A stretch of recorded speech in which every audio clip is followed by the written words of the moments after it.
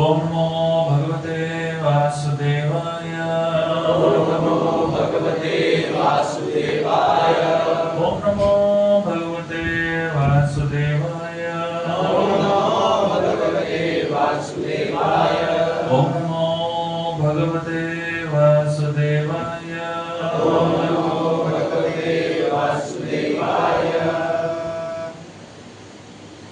Srimad Bhagavatam, Canto 10, Chapter 2, entitled Prayers by the Demigods. Text number 26.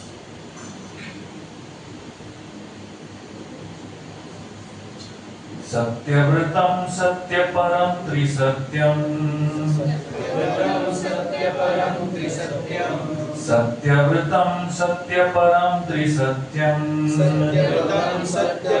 Trisatyam Satyasya yonim nihitam cha satye Satyasya yonim nihitam cha satye Satyasya satyam vrita satyanetram Satyasya satyam vrita satyanetram Satyatmakam tvam sharanam prapanna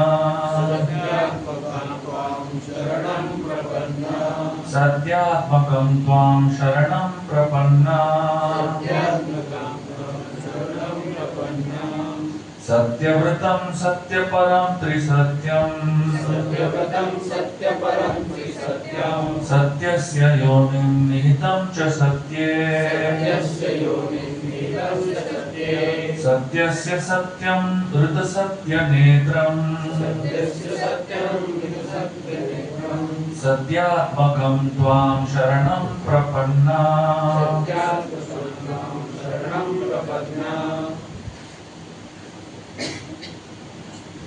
Translation. The demigods prayed, O Lord, you never deviate from your vow, which is always perfect, because whatever you decide is perfectly correct and cannot be stopped by anyone. Being present in the three phases of cosmic manifestation, creation, maintenance and annihilation, you are the supreme truth. Indeed, unless one is completely truthful, one cannot achieve your favor, which therefore cannot be achieved by hypocrites. You are the active principle, the real truth in all the ingredients of creation, and therefore you are known as Antaryami, the inner force. You are equal to everyone, and your instructions apply for everyone, for all time. You are the beginning of all truth, therefore offering our obeisances, we surrender unto you. Kindly give us protection.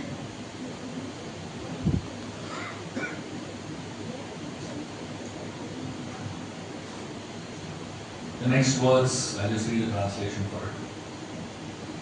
The body, the total body and the individual body are the same composition, may figuratively be called the original tree.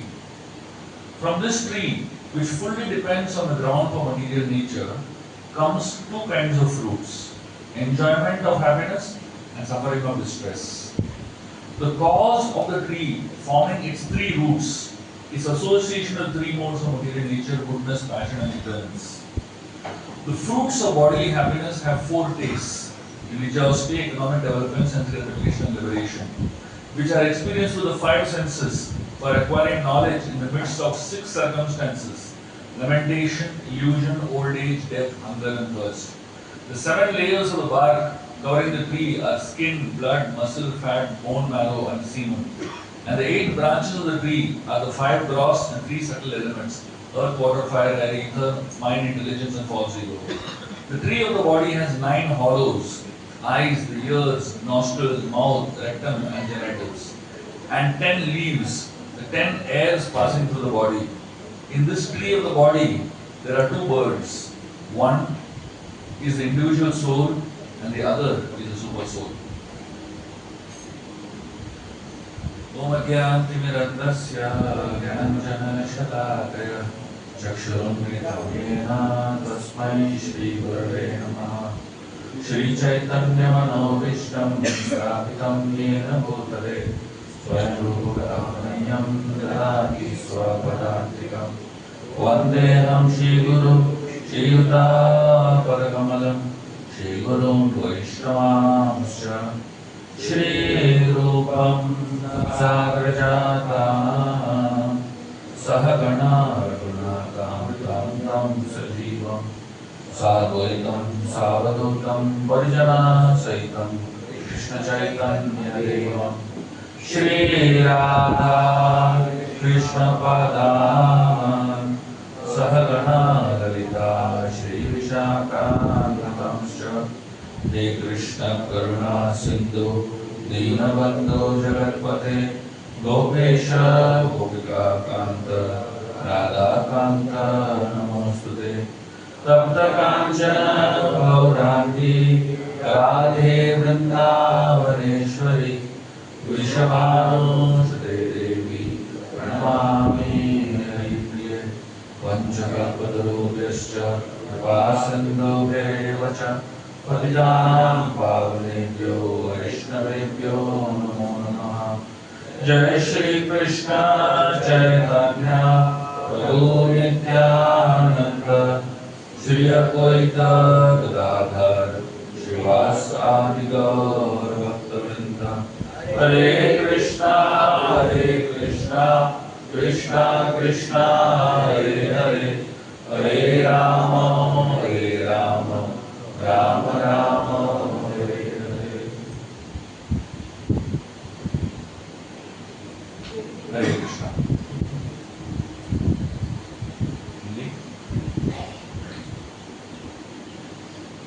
आज जन्माष्टमी के महामहोत्सव में हम इस बहुत ही प्रसिद्ध और बहुत ही महत्वपूर्ण श्लोक, ये दो श्लोकों में हमने पढ़ा अभी। ये दो श्लोक जो है देवतागण भगवान कृष्ण को स्तुति कर रहे हैं। जब भगवान कृष्ण की जन्म होती है कंस की कारागृह में, वसुदेव देवकी इस छोटे से शिशु को जन्म देते हैं, उस समय सारे देवतागण आते हैं भगवान से प्रार्थना करने के लिए। और ये दो श्लोक जो है देवताओं की प्रार्थना है भगवान के लिए। तो अभी ये श्लोक पे आप देखोगे एक बहुत महत्वपूर्ण चीज आपको समझ में आएगा। मैं आपको समझाने की कोशिश करता हूँ। यहाँ पे देखिए इस श्लोक को कितनी बुद्धिमत्ता से बनाया गया है। ब्रह्मा जी ने ये श्लोक इतना इंटेलिजेंस है ये प्रार्थना अर्पण करने के लिए। वो बोल रहे हैं कि ये जो शरीर है एक पेड़ के समान है। एक शरीर है हमारे पास और इस शरीर में दो प्रकार के फल है। इस पेड़ में दो प्रकार के फल हैं। एक है खुशी और दूसरा है दुख, सुख और दुख। दो फल लटके हुए हैं इस पेड़ में। और इस पेड़ में तीन जो है रूट्स है, जमीन के अंदर होते हैं ना, तीन रूट्स है। क्या है वो तीन roots? 3 modes of material nature, सत्व रजस तमस। और इस पेड़ के ऊपर वो दो फल बताया, लेकिन वो दो फल में 4 प्रकार के टेस्ट है। 4 प्रकार के टेस्ट कौन से है? धर्म अर्थ काम मोक्ष। ये 4 अलग प्रकार के टेस्ट आते हैं दो ही फल में। और बोलते हैं कि ये जो 4 प्रकार के जो टेस्ट आते हैं उसको हम अनुभव करते हैं 5 प्रकार के इंद्रियों से। 1 2 3 4 5 हो गया अभी, है ना। और इन ये जो अनुभव हम करते हैं अपने इंद्रियों से, 5 इंद्रियों से, वो हम 6 सिचुएशंस में अनुभव करते हैं। 6 सर्कमस्टेंस होते हैं जिसमें ये हम जो भी हम अनुभव करते हैं। कौन से है 6 circumstances? Lamentation, illusion, old age, death, hunger and thirst. इनके बीच में ही जो भी हमारा अनुभव होता है इसके बीच में होता है। और बोलते हैं कि ये जो शरीर है हमारा, इसमें 7 लेयर्स है।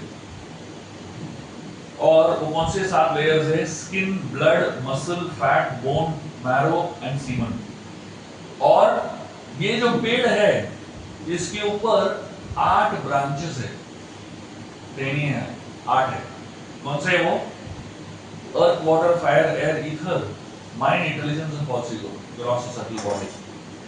और इस शरीर में, इस पेड़ में 9 छेद है। 2 eyes, 2 ears, nostrils, mouth, rectum and genitals. और इस पेड़ के ऊपर बहुत सारे पत्ते हैं और वो जो 10 पत्ते हैं, जो 10 पत्ते हैं वो 10 लाइफ एयर्स है। देखिए क्या कॉम्प्लिकेटेड प्रेयर है। मतलब ऐसा प्रेयर करने के लिए भी कितना बुद्धि लगेगा, सोचिए कितना सोच समझ के ऐसा प्रार्थना अर्पण किया होगा ब्रह्मा जी ने। तो हम ऑब्वियसली हम वो स्तर पे नहीं है कि हम इतना कॉम्प्लिकेटेड तरीके से प्रे कर सके, क्योंकि हमारे पास उतना बुद्धि भी नहीं है।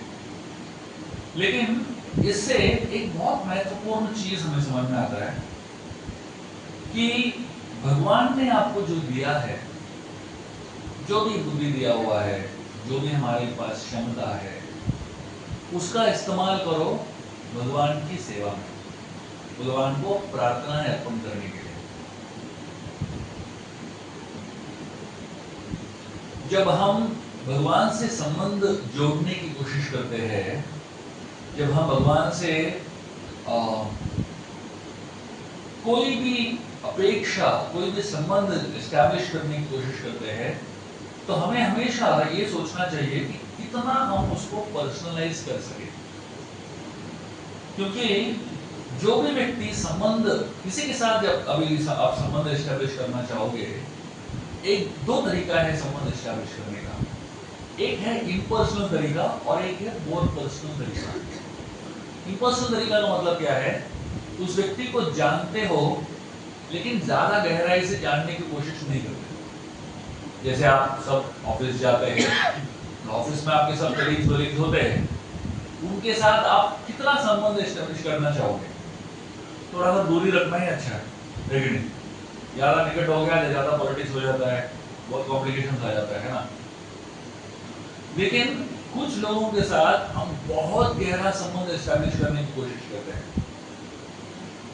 तो भगवान के साथ भी इसी तरीके से संबंध स्थापित करना है।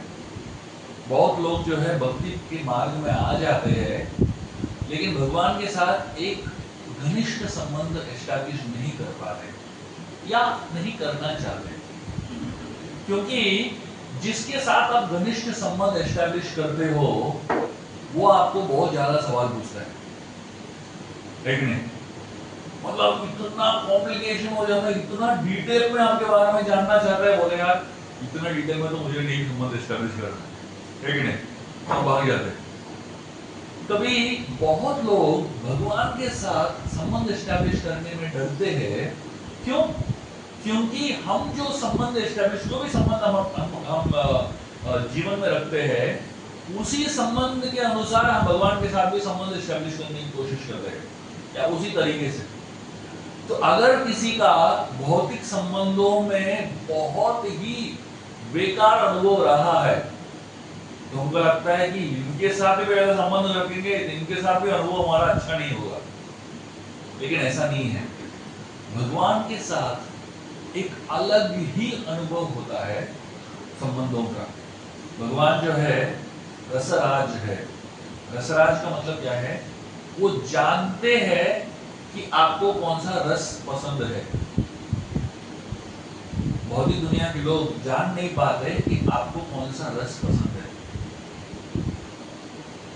तो अगर आप किसी के साथ दास्य रस से संबंध एस्टैब्लिश करते हो, तो वो साक्ष्य रस में है तो अच्छा नहीं होगा, एकदम क्लैश होता है, ठीक नहीं? लेकिन भगवान जो है एब्सोल्युटली जानते हैं कि आपको कौन सा रस पसंद है, और उस रस के मुताबिक आपके साथ संबंध एस्टैब्लिश करते हैं। जैसे ललिता देवी जो है वृंदावन में, वो माधुर्य रस है, लेकिन उनका माधुर्य जो है वात्सल्य के साथ जुड़ा हुआ है। थोड़ा सा एक वात्सल्य का एक भाव है।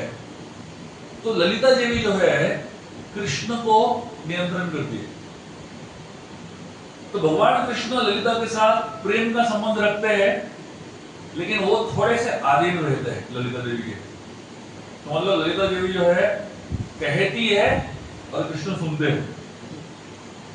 लेकिन विशाखा देवी जो है उनका कृष्ण का संबंध जो है थोड़ा सा अलग है। विशाखा जो है वो थोड़ा, उनका स्वभाव जो है सौम्य स्वभाव है, वो थोड़ा सबमिसिव है। तो यहाँ पे भगवान जब उनके साथ संबंध रखते हैं, वहां पे वो बोलते हैं और विशाखा देवी करती है। राधा रानी का संबंध जो है भगवान का कंप्लीटली अलग है इन दोनों से। राधा रानी जो है वो कभी मान में जाती है तो कृष्ण सबमिसिव हो जाते हैं, और कभी वो सौम्य मूड में जाती है तो कृष्ण स्वामी के मूड में आ जाते हैं। तो जैसे आपका संबंध है भगवान के साथ, उसी प्रकार आपके साथ वो एक संबंध जोड़ेंगे। जैसे एक गोप है वृंदावन में जो कृष्ण से बहुत ज्यादा प्रेम करता था। तो ये लड़का ये कृष्ण से इतना प्रेम करता था कि कृष्ण के बिना वो रह ही नहीं सकता था। तो पूरा दिन वो लोग वृंदावन में अलग अलग लीलाएं करते हैं, गाय चराते हैं, और शाम को वापस आ जाते हैं। तो शाम को वापस आने के बाद सारे बच्चे जो है भगवान कृष्ण के साथ ही अपना रात का भोजन लेते हैं, और सब बच्चे अपने अपने घर चले जाते हैं। और भगवान कृष्ण को यशोदा माई जो है वो अलग अलग गीत सुनाती है और धीरे धीरे उनको सुलाने की कोशिश करती है। लेकिन एक लड़का था, इसको कृष्ण के बिना रात में नहीं बिताना था, तो भाग भाग के वापस आ जाता था नंद भवन। तो इसकी माता जो है बहुत परेशान थी कि ये लड़का रात को सोता ही नहीं है, रोता रहता है हमेशा, और भगवान कृष्ण को के साथ रहना चाहता है, भगवान कृष्ण के साथ ही सोना चाहता है, भगवान कृष्ण के साथ ही रहना चाहता है। तो ये जो माता है इस लड़की को लेके आई यशोदा माई के पास और बोलने लगी क्या करूं मैं इसको कृष्ण के बिना रहना ही नहीं है। तो यशोदा माई प्रॉब्लम समझ गई। तो यशोदा माई ने चित्रा सखी को बुलाया। चित्रा सखी के साथ कृष्ण का संबंध थोड़ा अलग ही है। तो चित्रा सखी जो है वो पेंटिंग में एकदम निपुण है, इतना एक्सपर्ट है पेंटिंग में।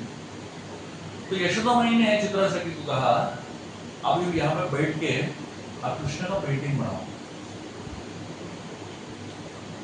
तो आप कोई बंदर को एक जगह बैठने के लिए बोलेंगे पेंटिंग बनाने के लिए, बैठेगा क्या? वो एक जगह बैठेगा ही नहीं।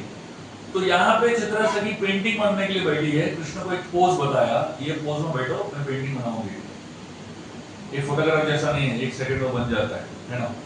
तो पेंटिंग के लिए घंटों लगता है। तो कृष्ण वहां पे बैठे थे, चित्रा सखी शुरू किया पेंटिंग करना, ये भागने लगे, इधर मुड़ रहे, उधर मुड़ रहे, इधर चल रहे, उधर चल रहे। चित्रा सखी सोच रही है इनका पेंटिंग कैसे करूं मैं। यशोदा माई को बोलने लगी इनको बिठाओ एक जगह पे। यशोदा माई बहुत कोशिश कर रही है, फिर भी बैठने रहे। तो चित्रा सखी बहुत परेशान हो गई कि इनको एक जगह कैसे बिठाए। अभी अंत में चित्रा सखी को एक आइडिया आया। वो समझ गई कि कृष्ण को बिठाने का तरीका क्या है। उन्होंने आंख बंद किया और राधा रानी को बहुत तीव्रता से याद किया, और जैसे ही राधा रानी को बहुत तीव्रता से याद किया, कृष्ण एक जगह बैठ गए बराबर।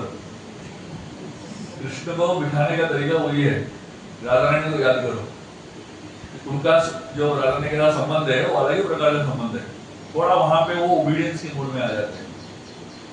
तो उसके बाद चित्र सखी ने बहुत सुंदर चित्र बनाया भगवान कृष्ण का, और इस चित्र को यशोदा माई को दिया, और यशोदा माई ने ये चित्र जो है इस लड़के को दिया, इस गोप को दिया, और कहा देखो ये जो चित्र है कृष्ण से अभिन्न है, इसको लेके जाओ और आप कृष्ण के साथ ही रहो। उसके बाद ये लड़का जो है, गोप जो है, इतना खुश हो गया कि वो उस चित्र को आलिंगन करते हुए उधर चला गया, और दिन रात उस चित्र के साथ ही रहता था, खाता था उसको, उस चित्र को बिठा के उसको भी भोग लगता था, और वो बैठ के खा रहा है, सोता था उस चित्र को आलिंगन करते हुए, रात भर सोता था। तो आप सोचिए भगवान कृष्ण और इस लड़के का संबंध कैसा है, अलग ही प्रकार का संबंध है। तो हर व्यक्ति को भगवान के साथ अपना निजी संबंध एस्टैब्लिश करना चाहिए। ये जो निजी संबंध एस्टैब्लिश करने के लिए पूरा जीवन निकल जाएगा, लेकिन उसकी शुरुआत हमको अभी से करना है।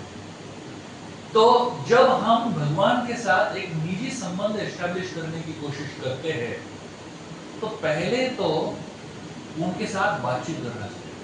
अभी किसी के साथ आपको संबंध एस्टैब्लिश करना है तो उनके साथ आपको बात करना पड़ेगा, है कि नहीं? तो हमको लगता है कि अरे ये तो विग्रह है, ये तो चित्र है, ये तो फोटोग्राफ है, इनके साथ कैसे बात करें? जब तक हमको लगेगा ये चित्र है, जब तक हमको लगेगा ये फोटोग्राफ है, जब तक हमको लगेगा ये विग्रह है, तब तक भगवान हमसे बात नहीं करेंगे। क्योंकि ये कामम प्रबंधन्ते काम तथैव भजाम्यहम्। जैसे आप उनको देखते हो वैसे वो आपको देखते हैं। आप उनको पत्थर देखते हो, पत्थर के समान देखते हो, तो आप में भी उनको पत्थर दिखेगा। अगर आप एक चित्र के समान उनको देखते हो तो आपको भी देखेंगे तो बोलेंगे ये तो चित्र है। लेकिन अगर आप भगवान को एक व्यक्ति के समान देखते हो कि आपसे बातचीत कर सकता है, आपसे संबंध जोड़ सकते हैं, तब भगवान भी आपसे व्यक्तित्व संबंध जोड़ने की कोशिश करते हैं। इसलिए बचपन में अब छोटे बच्चों को देखेंगे ना, ये आजकल बहुत सारे खिलौने आ गए हैं जो छोटे बच्चों के लिए बनाया गया है, सॉफ्ट टॉयज, कृष्ण का टॉय, गणेश जी का टॉय, हनुमान जी का टॉय, है ना। मैं बहुत सारे बच्चों को देखता हूँ जो खिलौनों के साथ जब खेलते हैं, उनका एक अलग ही लेवल है संबंध है भगवान के साथ। एक छोटी सी बच्ची है, मैं जानता हूँ, वो बच्ची जो है भगवान कृष्ण के खिलौने को रोज जो है उनको भोग अर्पण करती है और उनके साथ बातचीत करती है बैठ के। और इतना गहराई का बातचीत चल रहा है वहां पे उनका और भगवान के साथ। जैसे हम बड़े होने लगते हैं तो हम अपना बचपन भूल जाते हैं और ये जो संबंध है भगवान के साथ, वो संबंध हम भूल जाते हैं। क्योंकि हमको लगने लगता है अरे जब तक कोई बात नहीं करेगा मुझसे तब तक मैं अपना बात कैसे उनको समझाऊं। लेकिन अगर आप सारे हमारे आचार्यों की श्लोक कहानियां ले लो, हमारे आचार्यों की प्रेयर्स, प्रार्थनाएं ले लो, सब कुछ जो है वही भावना में है। वो ऐसे बात कर रहे हैं कि भगवान उनको सुन रहे हैं और भगवान के साथ एक डायरेक्ट कनेक्शन जैसा होता है। आप जलदूत में प्रभुपाद की प्रार्थनाएं ले लो, ऐसे बात कर रहे हैं। अब उन प्रार्थना को पढ़ोगे तो ऐसा लग रहा है कि कन्वर्सेशन चल रहा है कृष्ण के साथ उनका, है कि नहीं? बिल्वमंगल ठाकुर का भजन ले लो, गोविंदामोद स्तोत्र, ऐसा लग रहा है कि भगवान का जो लीला है उसको एक वर्णन करते हुए भगवान के साथ एक संबंध जोड़ रहे हैं। अभी आप बोलोगे हम तो आचार्य नहीं है, हम तो गोस्वामी नहीं है, हम तो साधारण भक्त है। तो जो भी आप भक्ति है आपकी, जितना भी हम साधारण भक्त है, भगवान जो है आपको साधारण नहीं मानते।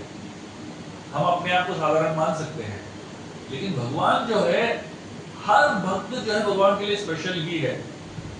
हर भक्त जो है भगवान के लिए खास है। तो जब तक हम अपने आप को साधारण मानेंगे, हम वो सोचेंगे अरे हम तो बड़े नहीं है, महान नहीं है, भगवान से हम प्रार्थनाएं कैसे अर्पण करें, तब तक भगवान जो है आपको उसी लेवल पे ट्रीट करेंगे। भगवान जो है हमको कोई ऊंचा नीचा नहीं देखते, सब भगवान के लिए एक है। समदृष्टि भगवान को बोलते हैं ना। समदृष्टि का मतलब क्या है? हम सबको समान दृष्टिकोण से देखते हैं। तो जब हम भगवान से अपना निजी बात रखने की कोशिश करते हैं, तब आपको भगवान के साथ संबंध अपने आप जुड़ता हुआ दिखेंगे। बहुत लोग, बहुत भक्त जो है सालों साल भक्ति करते हैं, सालों साल साधना करते हैं, लेकिन इतने साल साधना करने के बाद लगने लगता है कि हम ज्यादा प्रगति नहीं कर रहे हैं। हमको क्यों लगता है ज्यादा प्रगति नहीं कर रहे? क्योंकि हमारा संबंध भगवान के साथ जो है और घनिष्ठ नहीं हो रहा है। मैं जब राधा गोपीनाथ मंदिर में शुरुआत के दिनों में जस्ट ब्रह्मचर्य आश्रम ज्वाइन ही किया था, उस समय हमें अलग अलग सेवाएं मिलती थी। मुझे एक सेवा बहुत ही ज्यादा पसंद होता था, रात का बैकअप सेवा। भगवान को जब सुलाते हैं, शयन दर्शन होता है, शयन दर्शन के बाद सुलाते हैं भगवान को।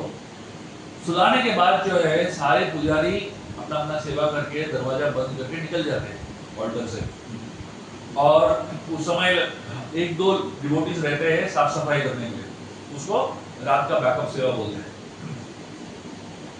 उस समय बैकअप सेवा करते वक्त जो है हमको पूरा जो ऑल्टर के इर्द गिर्द जितना भी जगह है वहां पे साफ सफाई करना पड़ता था।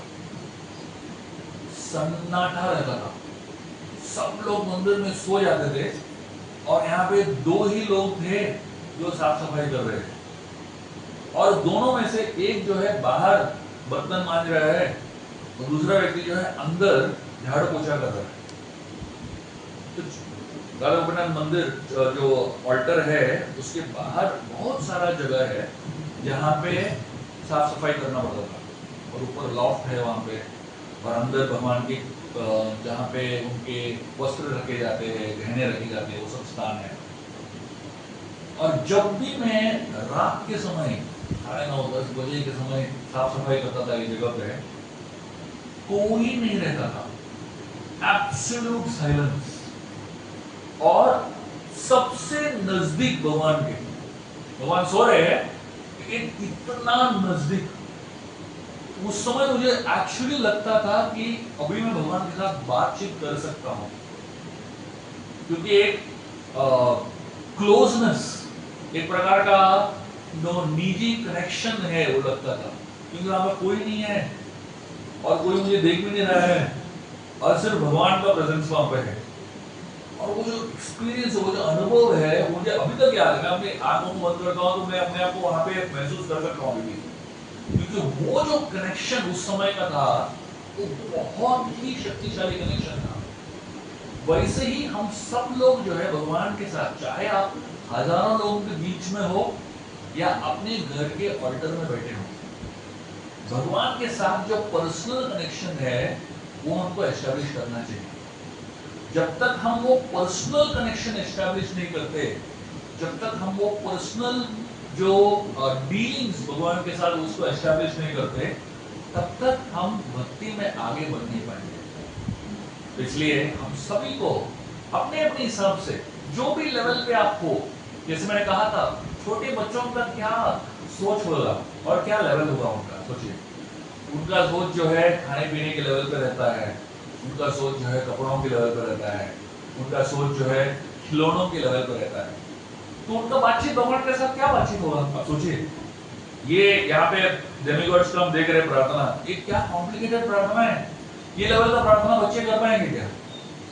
मैं एक बार बैठ के देख रहा था, एक छोटी सी बच्ची थी, भगवान के साथ खिलौनों के साथ खेल रही थी, उनका क्या बातचीत हो रहा है मैं देख रहा था। वो अपना प्रॉब्लम बता रही है बच्चे भगवान को, वो बोल रही है कि मेरे पास खिलौने कम है, मुझे और खिलौने होते तो मैं आपके साथ उन खिलौनों के साथ खेलती थी।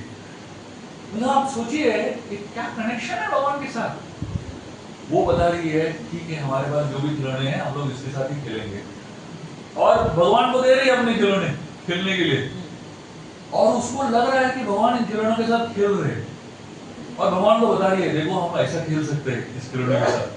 वो भगवान को सिखा रही है अपने खिलौने के साथ कैसे खेलना है।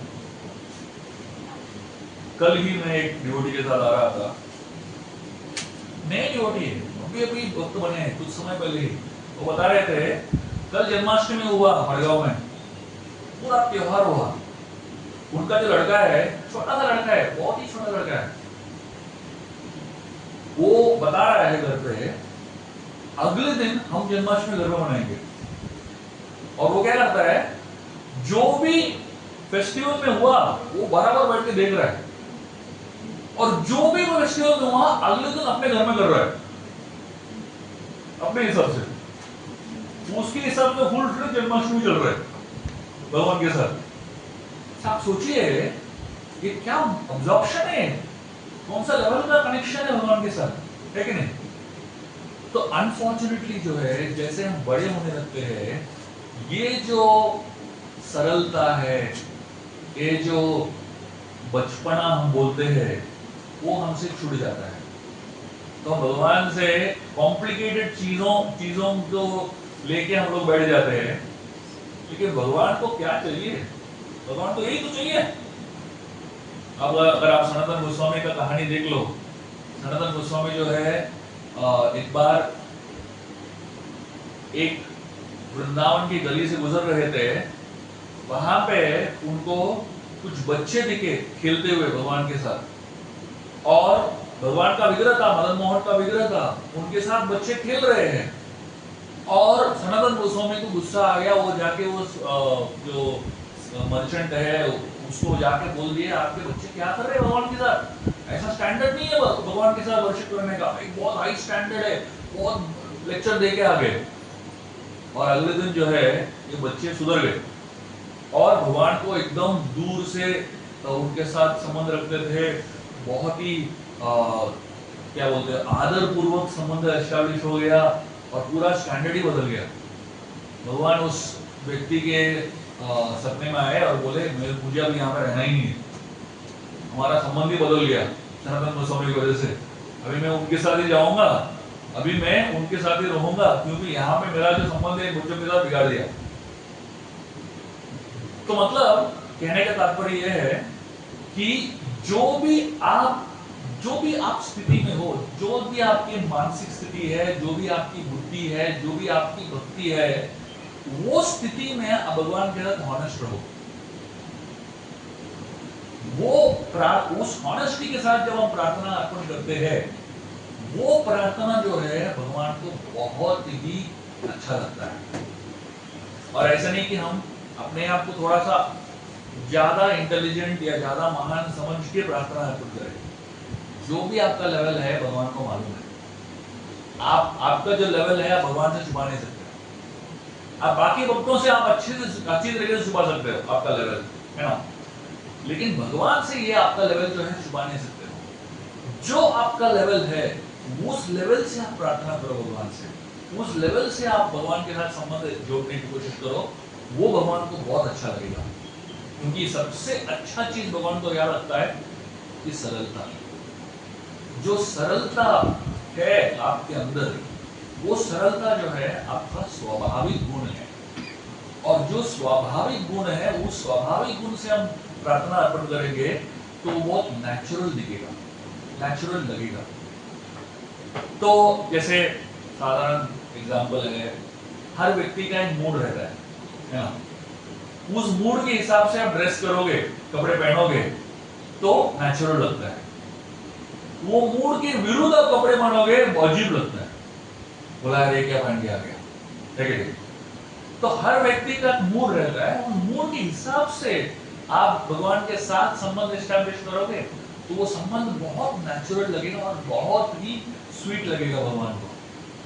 तो हम सबको इस जन्माष्टमी के समय भगवान के साथ अपना निजी संबंध एस्टैब्लिश करने की कोशिश करनी चाहिए और भगवान के साथ एक निजी कनेक्शन एस्टैब्लिश करने की कोशिश करना चाहिए, भगवान के साथ बातचीत करनी चाहिए। जैसे हम भगवान लोगों के साथ बातचीत करने की आतुर रहते हैं, वैसे ही भगवान के साथ भी आदान प्रदान करने की कोशिश करना चाहिए। और जितना भगवान के साथ आदान प्रदान कोशिश करोगे, उतना आपका संबंध भगवान के साथ जो है बहुत ही घनिष्ठ और बहुत ही गहरा होता जाएगा। उसके बाद आपको बाह्य संबंधों की जरूरत नहीं पड़ेगी। लेकिन तुकाराम महाराज का जीवन देखो, वो जाके ऊपर पहाड़ के ऊपर जाके बैठ जाते थे, वहां पे कोई नहीं है, बस वो है और उनके विठल है, उनके साथ दिन भर बातचीत करते रहते थे, दिन भर उनका प्रार्थनाएं चलती रहती थी, उनका कोई एक अलग ही प्रकार का संबंध होता था। बृहद भागवतामृत में आप देखोगे एक ब्राह्मण था जो अकेला रहता था, लेकिन अकेला रहता था, फिर भी पूरा का पूरा त्योहार अकेले ही करता था। व्रत भगत में उसको वन मैन फेस्टिवल बोलते हैं। वन मैन फेस्टिवल मतलब क्या? पूरा त्योहार है, हमारा त्योहार जो है, हजारों भक्त शामिल होते हैं उसमें, है ना, और इतने सारे लोग सेवा करते हैं। व्रत भागवत में वन मैन फेस्टिवल के बारे में बातचीत होता है। अगर आपके पास कोई और नहीं है, सिर्फ आप अकेले हो, आप सिर्फ अकेले ही बड़ा त्योहार मना सकते हो। तो वो जो कनेक्शन है भगवान के साथ, वो कनेक्शन एस्टैब्लिश करना बहुत जरूरी है। और जितना जल्दी हम वो कनेक्शन एस्टैब्लिश करेंगे भगवान के साथ, उतना हमारी प्रगति होगी भक्ति में। तो आइए इस जन्माष्टमी में हम इस प्रार्थना से हमने शुरू किया था देवताओं की, और ये जो प्रार्थनाएं है, ये बहुत ही हाई लेवल का प्रार्थना है हमारे लिए, लेकिन देवताओं के लिए वो बराबर लेवल था, क्योंकि उनके लेवल पे वो लोग प्रार्थना कर रहे थे भगवान से। वैसे ही हमें अपना जो लेवल है, अपना जो स्थिति है, वो हमको समझना चाहिए और उस स्थिति में बहुत ऑनेस्टली भगवान से प्रार्थना करनी चाहिए, बहुत ही सरलता से और बहुत हृदयपूर्वक प्रार्थना करनी चाहिए। आपका प्रार्थना अगर दूसरों को बचपना लगा, फर्क नहीं पड़ता है। आपका प्रार्थना बहुत ही लो लेवल का किसी और को लगा, कुछ फर्क नहीं पड़ता है, क्योंकि आप ऑनेस्ट हो। आप अपने कमजोरियां बता सकते हो भगवान को, आप अपने स्ट्रगल्स बता सकते हो भगवान को, आप कहाँ पे लटकड़ा रहे हो वो बता सकते हो भगवान को, आपको भगवान से क्या मदद चाहिए वो बता सकते हो भगवान को, आप भगवान के गुणों के बारे में उनको ग्लोरीफाई कर सकते हो, उनको अप्रिशिएट कर सकते हो, उनको कृतज्ञता अर्पण कर सकते हो। आपको जो भी करना है भगवान के साथ और जो भी आदान प्रदान करना है भगवान के साथ, वो आप कर सकते हो। क्योंकि भगवान जो है रसराज है, वो आपके कौन से भावना से उनके पास आए हुए हो वो समझ सकते हैं और उस भावना से आपके रेसिप्रोकेट करेंगे। एक दिन आप बहुत खुश है और भगवान से बहुत आनंद से बातचीत कर रहे हैं, और एक दिन बहुत दुखी है और उस दुख से आप बात कर रहे हैं भगवान से। भगवान जो अपना मूड बदलते हैं और आपके मूड के हिसाब से आपसे आदान प्रदान करेंगे। इसलिए बहुत सारे भक्त जो है अपने प्रार्थनाओं को लिखते हैं। तो अगर आप बोल नहीं पा रहे हो भगवान को, तो आप लिख सकते हो। आपके मन में जो भी विचार है भगवान से बोलना चाहते हो, तो आप लिखना शुरू करो। तो बहुत सारे भक्त जो है जर्नलिंग करते हैं, लिखते हैं अपने प्रार्थनाओं को, अपनी जो मानसिक स्थिति है उसको लिख देते हैं। तो किसी को दिखाने की जरूरत नहीं है, बस अपने लिए लिख दो। तो कभी कभी लिखने से आपके मन में जो है वो निकल जाएगा, और वो जो है ऑफकोर्स वो भगवान तो पढ़ ही लेंगे और समझ ही जाएंगे। और कभी कभी आप गाना चाहते हो तो आप गा के बोल सकते हो, आप बैठ के भगवान के सामने प्रार्थना कर सकते हो। कोई भी तरीके से आपको भगवान के साथ संबंध एस्टैब्लिश करना है तो वो आपका निजी संबंध रहेगा। ऐसा मत सोचिए कि सिर्फ महान आचार्य ही प्रार्थना अर्पण कर सकते हैं। हम सब भी प्रार्थना अर्पण कर सकते हैं अपने हिसाब से। आपकी टूटी फूटी जो शब्द है वो भी भगवान के लिए कविता ही है।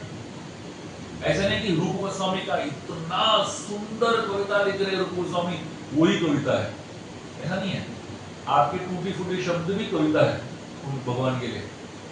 तो वो लेवल का कविता अलग है, हमारे लेवल का कविता अलग है। हमारा लेवल का कविता जो है और कोई पढ़ ही नहीं पाएगा, मतलब वो इतना फालतू लगेगा दूसरों को।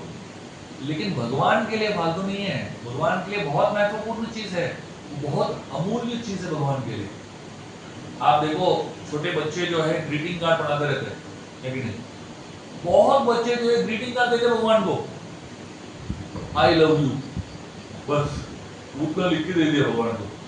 भगवान कितना खुश होंगे उस छोटे से ग्रीटिंग कार्ड में। मतलब बच्चे को उतना ही आता है और कुछ आता ही नहीं। बस हम अपने आप को इन्हीं बच्चों की तरह मान ले। आप देखिए, ऑब्जर्व कीजिए बच्चों को, कैसे भगवान के साथ वो लोग आदान प्रदान करते हैं। बहुत ही अद्भुत है और बहुत ही प्रेममयी संबंध है। उसी स्तर से हम शुरू कर सकते हैं, वो लेवल से हम शुरू कर सकते हैं, क्योंकि वो बहुत आसान लेवल है। आचार्य का लेवल बहुत ही हाई लेवल है, उससे हम रिलेट नहीं कर पाते। लेकिन बहुत छोटे बच्चों के लेवल बहुत ही आसान लेवल है, वो लेवल से हम शुरू कर सकते हैं और उस लेवल से लेके हम लोग आगे बढ़ सकते हैं। एक बार हमारे कालगोपीनाथ मंदिर में एक छोटा बच्चा आया, बहुत ही छोटा बच्चा था, और हमारे पुजारी आरती कर रहे थे। आरती करने के बाद सबको फूल वगैरह दे रहे थे। ये बच्चा जो है अपना खिलौना दिया, बोला भगवान को अर्पण करो। नया खिलौना लिया बच्चे ने, वो राधा गोपीनाथ ऑल्टर में। पुजारी को इतना इतना अच्छा लगा, वो खिलौना लिए और राधा गोपीनाथ के चरण में रख दिया, और वहां पे खिलौना बहुत समय तक था भगवान के चरणों में, और उस खिलौने को लेके बच्चे को दिया। उसके बाद एक प्रभु जी बोलने लगे, आज मुझे पता चला पत्रम पुष्पम फलम टॉयम। तोयम नहीं है, टॉयम। तो ये एक्चुअली टॉय को अर्पण कर दिया भगवान को। अब सोचिए वो टॉय से क्या फायदा होगा इस बच्चे का, कितना उसका मतलब भगवान के चरणों में रखा हुआ टॉय खिलौने से खेल रहा है। तो ये है वंदना। आइए इस जन्माष्टमी के उपलक्ष्य में हम लोग भगवान से प्रार्थनाएं अर्पण करें अपने हिसाब से, अपने तरीके से, और भगवान के साथ संबंध स्थापित करने की कोशिश करें। बहुत बहुत धन्यवाद। श्री कृष्ण जन्माष्टमी महामहोत्सव की जय, श्री कृष्ण भगवान की जय।